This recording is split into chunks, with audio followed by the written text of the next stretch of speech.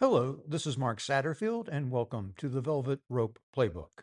Tonight's chapter: How to Use Curiosity to Make Your Marketing More Engaging. A few years ago, I was at a dinner and found myself talking with someone I'd just met. He was perfectly pleasant, interesting background, successful guy, but after about 5 minutes, I noticed something. I wasn't particularly interested in what he was going to say next. There was nothing wrong with the conversation. He wasn't boring. He wasn't talking too much. But there was nothing pulling me forward, nothing making me think, wait, tell me more about that. And it occurred to me later that this is exactly what happens with lots of communication. You can be intelligent. You can have something worthwhile to say. You can even be talking about a subject someone cares about.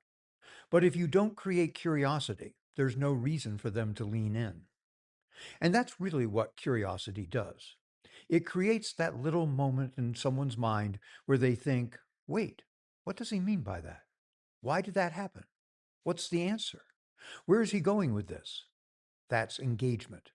And whether you're having a conversation, giving a presentation, writing an email, creating a video, or trying to attract a prospective client, that little desire to know what comes next can make all the difference.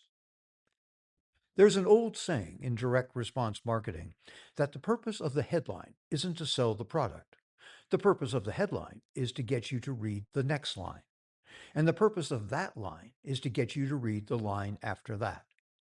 The same principle applies today, except that now we're competing with someone's inbox, Instagram, YouTube, text messages, news alert, and probably a dog doing something ridiculous 3 posts down. You don't necessarily need to be louder. You need to make them wonder. That's the power of curiosity. When you introduce an idea that feels incomplete, unexpected, or slightly contrary to what someone already believes, their brain naturally wants to close the loop. They think, wait, why is that? What's the answer? Could I be doing that? What's he talking about? And now you've brought yourself something incredibly valuable, another 10 seconds of their attention.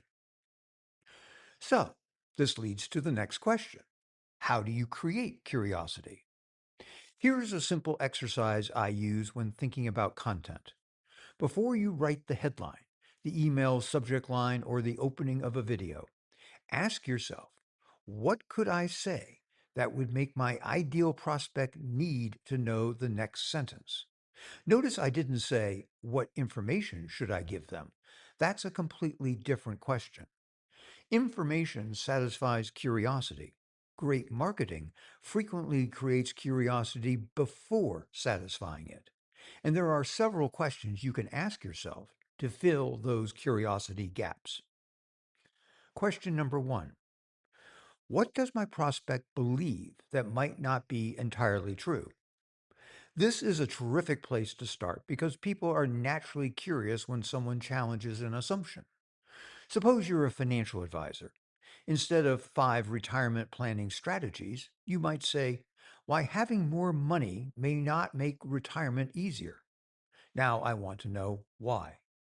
Or if you're an architect, instead of how to plan your custom home, you might say, the decision you make before designing your home that can affect almost everything that comes afterwards. What decision? That's the curiosity gap. Question number two: what does my prospect not know that could hurt them?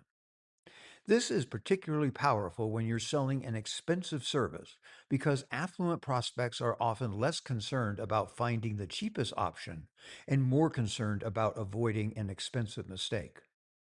Instead of questions to ask before hiring a wealth advisor, try the question most people never ask a financial advisor until it's too late.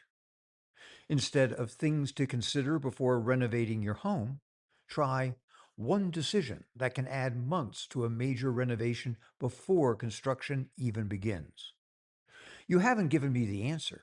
You've given me the reason to want the answer. And that's an important distinction. Curiosity isn't about withholding useful information. It's about creating enough interest that people actually want the information you're about to give them. Question number 3. What specific detail makes the story impossible to ignore? Specificity and curiosity work beautifully together. Compare, I learned something interesting from a wealthy client with a client worth more than $20 million dollars once told me the reason he fired his previous advisor, and it wasn't performance. Now we've got a story. And more importantly, we've got an unanswered question. Why did he fire him? That's what keeps somebody engaged because you've created a piece of information they now want to have. So here's a simple test. The next time you create a video, email, or social media post, write your opening and then stop. Cover up everything that comes afterwards. Read only the first two sentences and ask yourself, if I knew nothing else, would I feel compelled to find out what comes next? Don't ask, is this clever? Don't ask, does this sound professional? Don't even ask, is this informative? Ask yourself something much simpler. Do I want to know what comes next? If the answer is no, you don't necessarily need to rewrite the entire piece.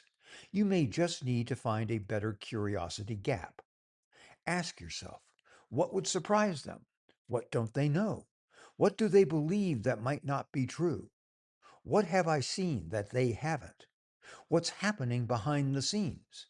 And what can I reveal without immediately giving away the answer? Because you may have the most useful information in your industry, but none of that matters if people never get past the first sentence. Your first job isn't to explain everything. Your first job is to make them curious enough to stay engaged. And then you've earned the opportunity to show them how much you know. And if you're struggling to figure out exactly what to say to get the attention of affluent clients that you want to attract, that's something I can help you with. In less than an hour, working together, we can create messages specifically for the business that you run that are compelling, curiosity driven, and designed to make the right prospects want to know more about you and what you do. We'll work on the ideas, the hooks, and the language that give people a reason to lean in rather than simply scroll past. If you'd like to work with me one on one, comment coach or visit the link in the bio, and I'll send you the details. This is Mark Satterfield. Thanks for listening to this chapter of the Velvet Rope Playbook. I'll talk to you soon. Bye for now.